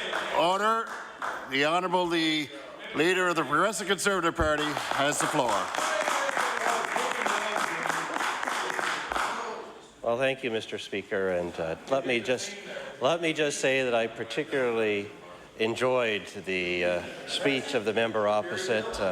I enjoyed listening to it. In fact, I wish all Nova Scotians could have heard that speech, because the whole point of this resolution, sir, is the delusions of the party opposite, and it's very clear that those delusions go on after the election as much as they were in evidence before the election, Mr. Speaker. One of those delusions is they still seem to deny the fact that they're actually in government, Mr. Speaker. Many Nova Scotians would like to deny that as well, but they seem to be determined first to debate in question period today the election of 99 or 03, I forget which one it was they wanted to debate. Now they seem like they want to debate the election of 1993, almost 20 years ago. The point, Mr. Speaker, is that this group opposite needs to take responsibility for their actions. The resolution, which I support, is all about being responsible for the words that you choose to use when you're talking to Nova Scotians before the election and the actions that you take after the election. And it will be a great day, Mr. Speaker, when it dawns on the party opposite that they are responsible for what they say and they are responsible for what they do, and they leave 1993 behind and they leave 1999 behind, and they start dealing with the real issues and the real problems and the real challenges that we face in 2010. And, Mr. Speaker, if I can say, as someone who supports this bill, who also is the newest MLA in the legislature, who is the one who has most recently put my name on a ballot to face real electors, that it is very obvious that the true cost of the broken promises of the government is not measured only in financial terms, as bad as those financial terms have been, and I will get to those in a moment. But the cost to our democracy, the cost to our system of government, the cost in confidence in this House of Assembly is incalculable, because too many Nova Scotians have concluded that they were sold a bill of goods in the last election, that they faced a party that said one thing before the election and did the exact opposite after the election. And I can tell you, Mr. Speaker, that is very, very evident in the riding of Cumberland South, where that bunch got exactly 5% of the popular vote as a result of what they have done, not just in Cumberland South, but to all Nova Scotians. And they didn't even deserve 5 for the way that they have acted, Mr. Speaker. We all know, Mr. Speaker, we all know, Mr. Speaker, we all know the biggies. Order, please. Order, please. Order, please. The honourable member. The Leader of the Progressive Conservative Party has the floor. Mr. Speaker, we all know the biggies. We all know the big promises. No tax increases, a balanced budget in the first year, all services. I know the member does not want to hear the truth. I know the member doesn't want to hear the truth, Mr. Speaker, but it's on the record. In Cumberland South, we face it every day, on the jails, on roads, long-term care beds, all promises made by that party over there before the election, all broken after the election, Mr. Speaker. That is why the people have said no more to them in Cumberland South, the first test, or the most recent test. But there will be more tests, Mr. Speaker, and I have no doubt that that old-style, cynical way that they played so well will be turned aside by the people in other ridings in the not-too-distant future. But I must say, Mr. Speaker, moving along, the party to my right are no angels when it comes to this style of politics. The party to my right, who have put this resolution forward, have their own issues to answer for. They are upset that this party made a promise to balance the budget, and they have failed to do so. Mr. Speaker, the last party to promise to balance the budget that failed to do so was, in fact, the Liberal Party of Nova Scotia, as we all remember so well, and that budget got defeated. There was a lot of funky accounting going on in that budget as well, Mr. Speaker. We all know the Health Investment Fund. We all know the plan that they had to borrow $600 million without telling the people about it, and then try and pretend that it was a balanced budget. Their hands are not clean on this either, Mr. Speaker, and that is something they have yet to come clean on with the people of Nova Scotia. Because even in their own resolution, Mr. Speaker, they make an accurate statement that the NDP have created 2 deficit budgets since coming to office, and I think the word created is right on. I'll give them credit for that, because we were talking about the Auditor General earlier today, and he has made the point 8 consecutive times prior to the election of that bunch that he signed his name, in his opinion, to 8 consecutive balanced budgets. That is the only party, this party is the only one that promised a balanced budget and then delivered it not once or twice, but 8 times in a row. And you don't have to take my word for it, because the Auditor General himself signs his name every year to those budgets to say that it's so. And I'll add this, Mr. Speaker, all 8 of those budgets were balanced at a 13% HST, not a 15% HST. So as much as people are skeptical that a budget can be balanced and that taxes can be made to be competitive again with New Brunswick and our peers, I will remind them that it has been done in the recent past. It has been done, in fact, 8 times in the recent past. It was promised to be done again a 9th time by that bunch over there. That is what this resolution is all about. And then that promise was broken so quickly after the election, Mr. Speaker, without even trying to make the budget balance, by taking the easy way out, by raising our taxes, by reaching deeper into our pockets, by borrowing more money. And the question, Mr. Speaker, is why? Why would the government promise one thing and do the other? Why would they say that they'll balance the budget and then not do it? Why would they say that they'll keep our taxes competitive and then raise them? Why would they say that they would keep services at the current level and keep all the infrastructure commitments of the previous government and then do none of those things? Perhaps, Mr. Speaker, it's because they knew that if they told Nova Scotians the truth in that election campaign, they never would have voted for that bunch over there. They knew that if they told the truth, that their plan was to throw our government into a massive deficit for the first time in 8 years. If they told the people their plan was to raise the HST from 13% or to 15%, or more specifically to take the provincial portion from 8% to 10%, if they told the people that they planned to cancel all those infrastructure projects, if they told the people they had no idea how they would keep our emergency rooms open, in fact, they'd probably start to close them, they never would have voted for that bunch, and rightly so. And that is the real cost to our democracy, that they were sold a bill of goods before the election. So, Mr. Speaker, let me just tell you, this is my early days as an elected person, but I do remember a government under Premier Ham that went out of its way to list 243 promises. They criticized that government when they were in opposition for having the nerve to list in detailed form 243 things that government would do if it's elected. But I know from firsthand experience, as you and others in this chamber do, Mr. Speaker, that Premier Ham made it his mission to report in detail every year to the people of Nova Scotia how he was doing on those 243 promises. And by the time he went back to the people, he was able to say that they were all done, and they couldn't run a campaign saying that he'd broken his promises because he hadn't. So, Mr. Speaker, let me conclude where I started, that the real cost, we could list it in the hundreds of millions of dollars of new taxes, in the now thousands of lost jobs, in the billions of dollars we're now borrowing that we shouldn't be borrowing.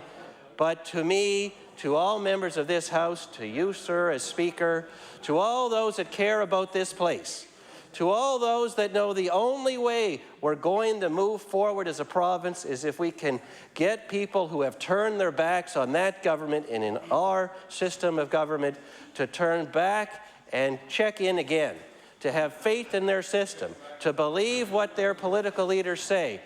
To all of those that know that that is where we must start, then we have to pass this resolution and tell the people that there is a better way forward, that it is worth believing a little bit again, despite what that bunch has done to the reputation of this House, to the reputation of democracy, by so cynically saying one thing before the election and doing the opposite after the election. We need to start by making a statement just like this, so we can get away from that foolishness and on with dealing with the real issues that the people of Nova Scotia deserve action on. Thank you very much, Mr. Speaker. Thank you. The chair recognizes the honourable member for Yarmouth. Thank you, Mr. Speaker. Mr. Speaker, it is very nice to hear about governments of the past from 17 years ago from the member from Halifax Citadel. It was nice especially because I was 9 years old at that time, and it's nice to hear a bit about what happened in the early 90s.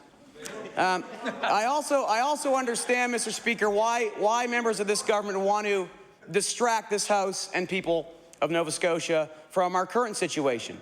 Because this government has reneged on many of its provinces to Nova Scotia and has made decisions that have negatively impacted my constituency and many other constituencies across the province.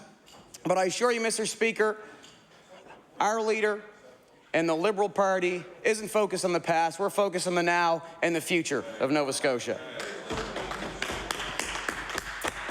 And right now, Mr. Speaker, our tax system in Nova Scotia is both unfair and economically destructive. There's a reason why the Premier promised that he wouldn't increase taxes during the election, because people didn't want it and because it would make our province less competitive. How do we know our tax system is not working? Our young people are going elsewhere to find work, and our businesses are choosing to set up shop in other jurisdictions. Poor government tax policy can make the risk of owning and operating a business greater than need be. And the extreme and excessive punitive tax regime can influence whether a business thrives in Nova Scotia or fails. Nova Scotia is a province of extremes. We need to bring our taxes in line with our neighbours so that we can ensure fairness and a competitive edge for Nova Scotians. Mr. Speaker, the Liberal caucus spent some time in Amherst this summer, and you should have heard what the people were saying there. They were struggling. Retail operators struggling. Service operators struggling. Gas operators struggling. Businesses struggling because they can't compete with the prices of New Brunswick, which is just close by. And to mention a quote by Donald Savoy, who was mentioned earlier today, and I will quote, "I've long believed that a competitive tax regime is a powerful economic development instrument. Nova Scotia's tax structure is not competitive, at least compared to other jurisdictions." And this came from a report that was commissioned by this government. And here's some quick facts on the Nova Scotia tax system. We have the highest general corporate rate in the country. Nova Scotia's small business tax is too high, and we start to collect it before our neighbours. Nova Scotia has the highest 4th and 5th personal tax brackets in the country and has higher personal income taxes in general than the rest of Atlantic Canada. And thanks to the New Democrats' hike to our HST, we now have the highest HST in the country, Mr. Speaker. In a recent report by the Fraser Institute measuring the fiscal performance of Canada's premiers, Nova Scotia was ranked dead last under the categories of corporate income tax, personal income tax, and taxes in general. Last out of all the provinces on every single tax indicator. Unlike the rest of our neighbours in Atlantic Canada, Nova Scotia still has a capital tax. CFIB is saying the same thing, Mr. Speaker. In Search of Tax Excellence, a report done in April 2009, which scores provinces on an index with regards to their tax regime, an overall ranking, the CFIB found that Nova Scotia was the 3rd worst province in the country based on our provincial tax regime. To quote, "Nova Scotia has the 2nd worst score on property and capital tax and is at the bottom 3 on corporate income tax." That's on page 7 of the report. On just about every tax indicator, Nova Scotia consistently comes in the bottom half. Often in cases, Nova Scotia comes in the bottom 3rd in the country. In terms of corporate income tax, Nova Scotia businesses pay well above the Canadian average at every price amount. At $300,000, the gap is almost $3,000 higher in Nova Scotia than the Canadian average. At $600,000, the gap is almost $7,500 higher in Nova Scotia than the Canadian average. At $1.5 million, the gap is over $30,000 higher in Nova Scotia than the Canadian average. Other provinces in Ottawa have plans to lower corporate income tax by 2014. BC, Manitoba, Ontario, New Brunswick. Nova Scotia has no plan. And I understand that this government wants to balance the books, Mr. Speaker. But where we're missing is in boosting our economy to increase our tax base by creating jobs. And I do think what this government has been doing is making decisions that aren't necessarily sound when it comes to our economy. Increasing the HST has hurt Amherst. As I mentioned, we've talked to a number of business owners there that have been hurt by that decision. The decision to cut one of the major economic drivers in southwest Nova Scotia and in the province, that's the ferry between New England and Yarmouth, which brought in all kinds of foreign dollars, has ensured that this province lost out on over $22 million this year in profits for Nova Scotians, and it put people out of work. I keep hearing that tourism is up in this province. Tourism is up from this government. I've tabled evidence that says tourism is down. In my constituency, it's down 40 to 100% when it comes to American visitations. And American tourism in Nova Scotia is down. American tourism in Nova Scotia is down. We haven't heard that from this government. And there's a difference between domestic and American tourism, Mr. Speaker, because American tourism brings new money into the economy of Nova Scotia. It's an influx of money. And that's why it's important. Tourism is down in Queens. I haven't heard the member of Queens mention this, but it's down in Queens. We've tabled that information. And as I mentioned, Mr. Speaker, I presented this evidence in this House. I presented the Spencer Consulting Report, which was commissioned by the South Shore Chambers of Commerce, which identified that a $6 million investment in a ferry service would yield over $22 million in profits for Nova Scotians. And the Premier, the other day in question period, yesterday, scoffed at this and said it was what I wish was true and not necessarily what was. But, Mr. Speaker, I've tabled that information. This government hasn't tabled a single shred of evidence to support the contrary. Another decision was to strip the RDA that served Yarmouth and surrounding areas. But the problem is that this RDA was stripped. The problem is that this RDA was stripped without a plan to reinstate it, and without any effort from this government, to work with our municipal units to bring it back, at a time when southwestern Nova Scotia is severely struggling economically. Where is the plan? And, you know, I've talked to members of Team West, which is touted as this economic savior of our region, and the only project that they're working on is this micro-environmental assessment to see if the area can grow cranberries. That's important. That's a good thing. But it doesn't address the issues that we're facing economically because of the drop in tourism. And it doesn't help other small businesses that have been impacted by that decision. So in closing, Mr. Speaker, let's give Nova Scotians the incentives they need to thrive. Let's review our tax system. And let's make sound economic decisions so that our books aren't balanced on the backs of Nova Scotians, but on the economic success of our province. Thank you, Mr. Speaker. Thank you, and thank all members for their participation in today's debate. We will now, that ends opposition business for today, and we will turn to the Deputy Government House Leader. Thank you, Mr. Speaker. I'll call the House to meet again tomorrow between the hours of 2 p.m. and 6 p.m. After daily routines and orders of the day, we will call public bills for second reading. Bill number 87, 88, 89, 90, 93, 94, 95, 97, 98, and 99. So I ask that we now rise till 2 p.m. tomorrow, Mr. Speaker. The motion before the House is that we should now rise and meet again tomorrow between the hours of 2 and 6. Are you ready for the question?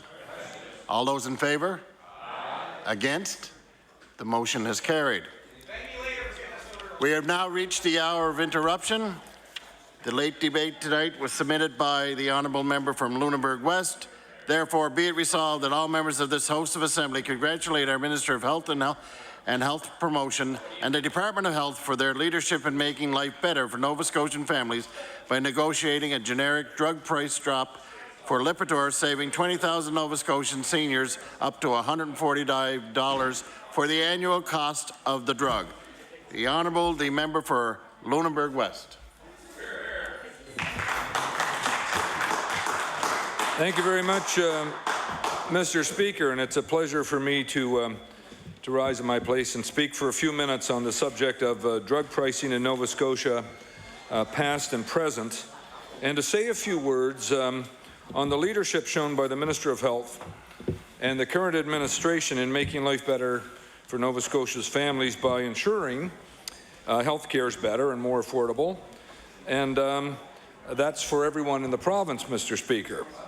Mr. Speaker, in April 2010, our government implemented an out-of-province travel and assistance policy for Nova Scotians who need to leave our province to receive medical treatment. These funds help with patient travel and accommodation, making it financially easier on families who need to seek health care outside of the province. And Mr. Speaker, on May 31st, 2010, the colon cancer program was expanded to cover Colchester East Hants Health District. In June 2010, our government opened nine long-term care facilities across this province, making it possible for hundreds of Nova Scotians to stay in their own communities and receive long-term care. Mr. Speaker, in August 2010, our government approved a $7.9 million investment for equipment and construction at the Nova Scotia Cancer Centre at the QE2 Health Sciences Centre. And that included new radiation therapy suites and new equipment. And as a result, cancer patients in Nova Scotia came one step closer to better care and shorter wait times. Now, Mr. Speaker, in September 2010, our government added more beds to the region's largest hospital as part of a $2 million investment into 3 initiatives designed to improve emergency health care. And 8 new general medicine beds were also opened in September at the Halifax Infirmary. On October 2010, our government also announced coverage of Lucentis treatment of AMD for beneficiaries of publicly funded drug programs such as Seniors Pharmacare, Family Pharmacare, and Community Services Pharmacare programs effective January 1st, 2011. So, Mr. Speaker, I mentioned a number of these initiatives, and I know I'm speaking about drug prices, but fair drug pricing is just part of an overall plan to make health care more accessible and affordable to Nova Scotians.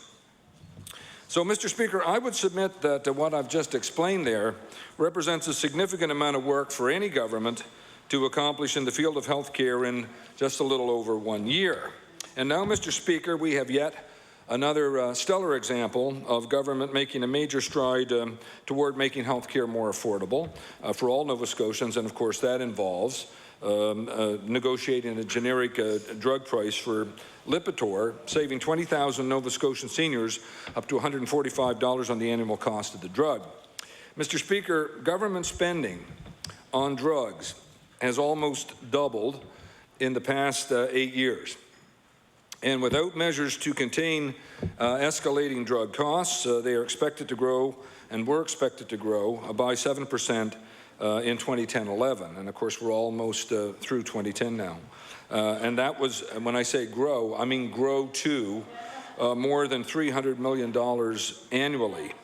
Mr. Speaker, this is not sustainable, and for our government, it is also not acceptable. Mr. Speaker, drug costs now account for the 4th largest health care expenditure after hospitals, physicians, and continuing care. Now, of the drugs included in these escalating costs, Mr. Speaker, Lipitor accounts for the largest portion of government spending on drugs through pharmacare programs. Mr. Speaker, in 2009-10, the government spent $14.7 million on Lipitor through the various pharmacare programs. Atorvastatin, the generic form, became available in August and cost significantly less to Nova Scotians in pharmacare programs. However, because Nova Scotians pay more for generic drugs than people in many other provinces and indeed other countries, our government believed it could get a fairer and better price. Mr. Speaker, up to now, Nova Scotians enrolled in the Family Pharmacare Plan, taking the generic version of Lipitor, which I think everybody knows is commonly used to treat high cholesterol, paid $84.88 for a 1-year prescription. Using Ontario's pricing strategy, Nova Scotians in Family Pharmacare would pay $46.88. Mr. Speaker, all 8 companies which submitted offers to provide atorvastatin were accepted, and contracts have been signed for 1 year from December 1st, 2010 to November 30th, 2011. As part of the agreement, the 8 companies will provide atorvastatin at 35